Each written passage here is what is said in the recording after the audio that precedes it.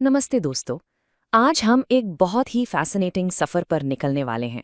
हम बात करेंगे मैटर यानी पदार्थ के बारे में, लेकिन स्पेसिफिकली हम एक ऐसे आइडिया की जर्नी को फॉलो करेंगे जिसने साइंस की पूरी दुनिया को हमेशा के लिए बदल दिया, और वो आइडिया है द एटम।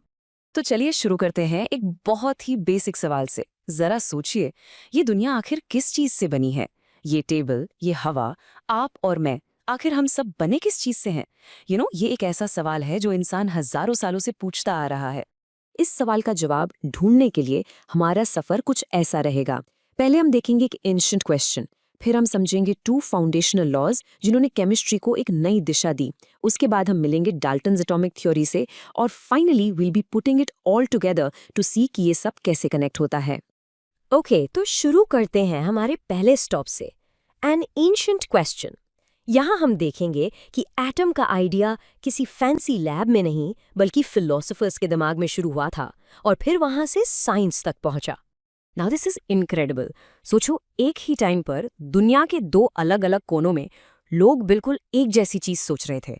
इंडिया में करीब 500 बीसी में महर्षि कनाद ने कहा कि अगर हम पदार्थ यानी मैटर को तोड़ते जाएं तो एंड में एक ऐसा पार्टिकल बचेगा जिसे और नहीं तोड़ा जा सकता।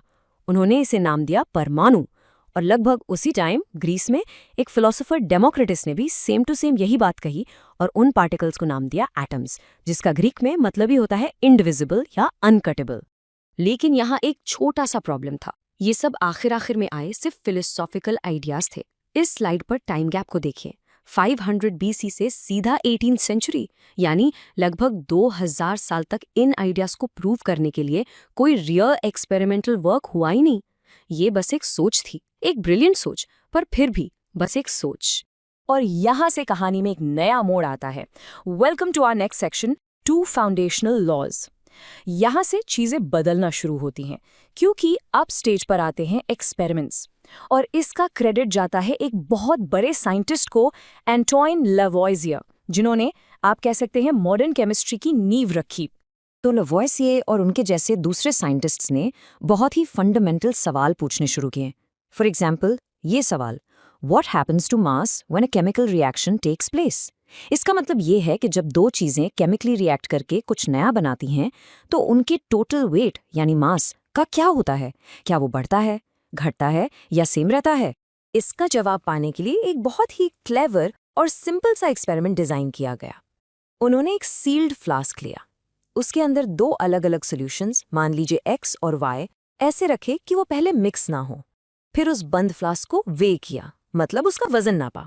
इसके बाद फ्लास्क को थोड़ा टेढ़ा करके हिलाया ताकि दोनों सॉल्यूशंस आपस में मिक्स हो जाएं और रिएक्शन हो। और फिर उस फ्लास्क को दोबारा वे किया गया। What do you think happened? The result was amazing.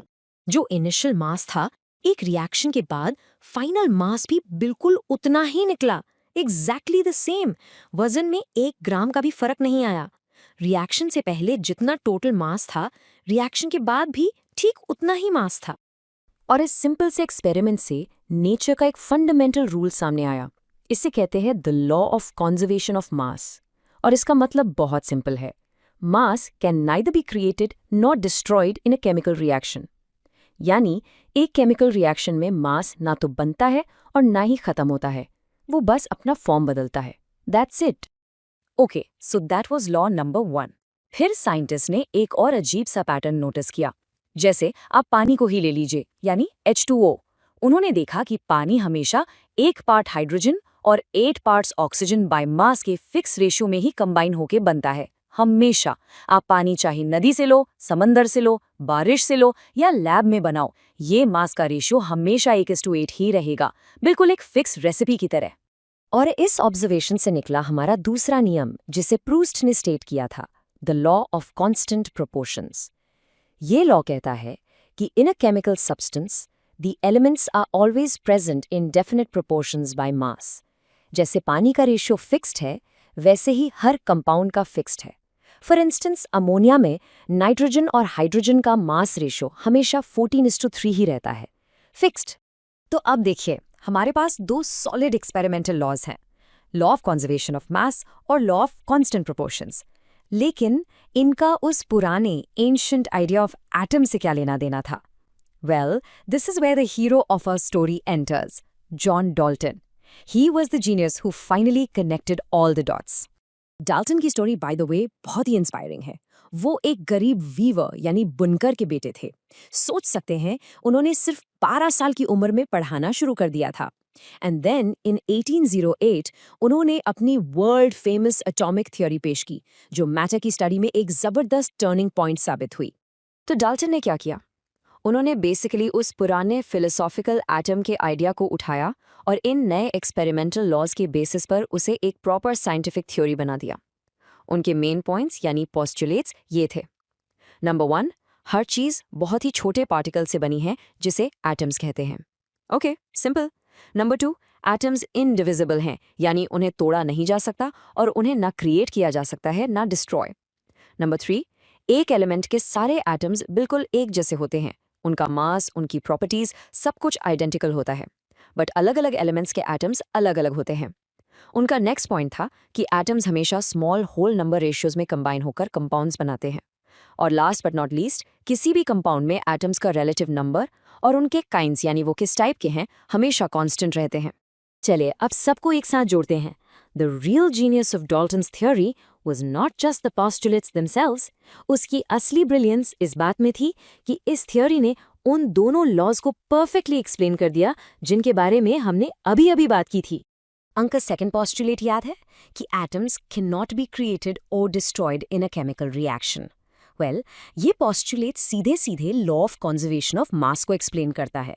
It's so logical. अगर रिएक्शन में एटम्स बस इधर से उधर रीअरेंज हो रहे हैं, ना कोई नया एटम बन रहा है ना कोई डिस्ट्रॉय हो रहा है, तो टोटल मास तो ऑफकोर्स सेम ही रहेगा ना। और अब उनका चौथा पोस्टुलेट देखिए, the relative number and kinds of atoms are constant in a given compound. और ये वाला सीधा लॉ ऑफ कांस्टेंट प्रोपोर्शंस को समझाता है। सोचो, अगर पानी का एक मॉलिक्यूल हमेशा 2 हाइड्रोजन एटम्स और 1 ऑक्सीजन एटम से ही बनता है, तो उनके मास का रेशियो भी तो हमेशा कांस्टेंट ही रहेगा। It makes perfect sense. Friends, इस वीडियो को पूरा देखने के लिए आज ही फ्लेक्सी टीचर ऐप सब्सक्राइब करें, जहां आपको मिलेंगे animated videos, digital books, text book solutions, notes, DPP और क्विज। और हाँ, flexi teacher app mobile, TV और कंप्यूटर पर अवेलेबल है। और अगर आपके पास इंटरनेट नहीं है तो तुरंत ऑफलाइन सेट टॉप बॉक्स के लिए संपर्क करें। Flexi Teacher, the one you needed.